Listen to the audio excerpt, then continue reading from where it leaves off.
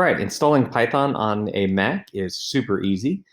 Just go to python.org/downloads, and the page should detect your operating system and give you a link to the latest version. So I'm going to go ahead and do that.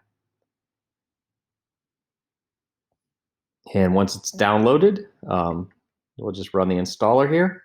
And don't need to pay attention to anything. No need to customize on a Mac. The standard installation is exactly what you want. You will need to have an administrator password to do the install. But other than that, there's nothing really to think about.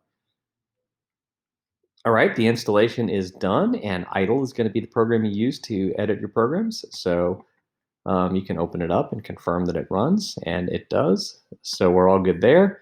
Last, just where is this idle? This installed on your computer? If you go to the applications folder, there will be a folder called Python, with whatever version you did, and inside that's where idle is. All right, so that's all there is to it.